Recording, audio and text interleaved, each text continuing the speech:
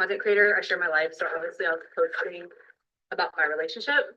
And like, this isn't something I was going to speak directly about at all, honestly, because I'm obviously a little hurt by it, but I'm also a mom and life goes on.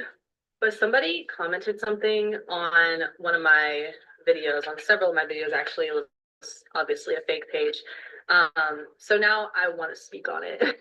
Specifically, I want to speak on dating as a single mother and the standards that you should have and that you should never settle.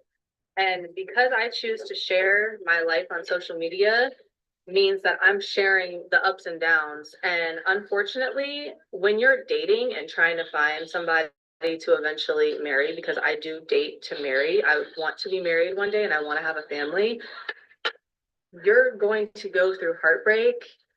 Let me stop right there, y'all. I always like to give the credit to the content creators, regardless of whether or not I agree. And so that link is going to be down in the description back to their profile or whatever. And I try, right? In 2025, my resolution is to handle these subjects with care.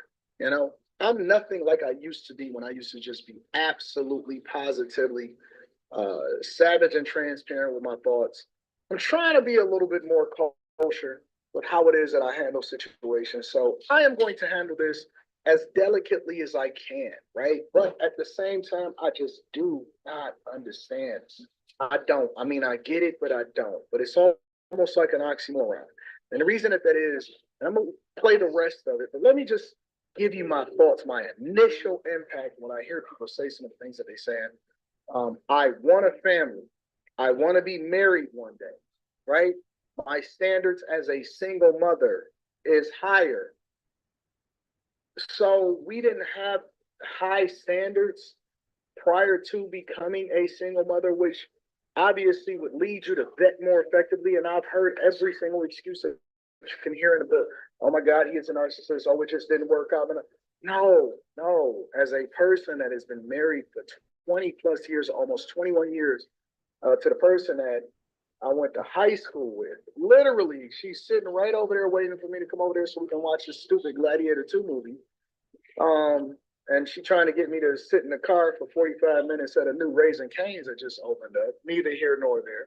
But as a person that has been married for 20 plus years, I have about to be a 17-year-old that just got her second car already. And, you know, we was discussing some stuff as a family and all of that stuff. We took it very, very, very serious. And I mean serious. Because what's more important than the person that you marry is the person that you lay down with and open up your legs to. And so people that are having children, and I'm not sure if she had children out of wedlock, like I'm not going to prejudge the situation, but I just don't understand how people don't take that deadly serious. The most important thing that ever happened to me in my life is my daughter. And I vowed to myself that my daughter, no matter what the circumstances, and you know, me and her mother, we are very intentional and life is good. But I vowed to myself that my daughter will absolutely positively have the upbringing that I had. She will never experience what a broken home is like. I will do everything in my power to ensure she has the covering, the future, and all of that stuff. So, you know, I don't get how people then raise their standards after they have children when they didn't really have those same standards to begin with. It is mind-boggling for me. It is just insane, honest to God. And that's not dissing her. You know, I don't know who this person is, even though I'm linking back into their profile. But at the same time, we have to have a conversation because this is something that she's saying out to the general public, which then makes it a cultural norm. And this is stuff that I see every single day. And now it's become normalized for people having this mentality. And instead of being very proactive, they're being reactive. And then they somehow get offended. Or they start to get impacted when people comment on something that they put out there to the general public. It's weird, but let's hear the rest of what she got to say, and then we're going to rock out. Some relationships are going to work out, some aren't. So I choose to be in a relationship with somebody, whether it works out or not. It's a chapter in my life. I'm thankful for it because it comes with growth at the end of the day. And this person commented something like, oh, I wonder if it's her, the reason why the relationships fail. If it's me, if it's not, it doesn't matter. The only thing that I look at in these situations is that the relationship was not for me or for If it's you or if it's not, it doesn't matter. If it's you, the reason that the relationships are failing, because in the beginning she said that she just basically got broken up with. If it's you or it's not, it doesn't. It absolutely matters. In everything in life, you got to do an assessment. You have to do a test. You have to see what it is that you did wrong. You have to do a peer review, a review of your performance on the job, a quarterly review, a yearly review. You always got to go back and figure out what you did wrong or if you can improve. Even if you launch a successful product, if us in the software engineering world, we always do a reassessment, or we come back and we say, what did we do right? What did we do wrong? How can we sprint better this time than we did the last time? And so what do you mean? It absolutely matters. If you are the toxic person, and that's not saying that she's a toxic person, but if you are the person that continues to get the same results, but you always say it doesn't matter, then how can you raise your child in a conducive environment when you wasn't able to maintain the relationships prior to you having this whole video that you dropped for the general public? And of course, you're gonna have women in the comments saying, "Oh, mommy," you're gonna have a simp in there saying, "You so beautiful," all of this shit. But the reality is that if you're not getting the results, you have to go back and look at what you're doing wrong. And I know what the sentiment is always. Oh, it just means that we not for each other. It's not our time. We wasn't aligned. It was no, dog. No. Because winners get picked. Honest to God, nobody is leaving an ideal situation on the flow for just you know what I'm saying? It's like a winning lottery ticket.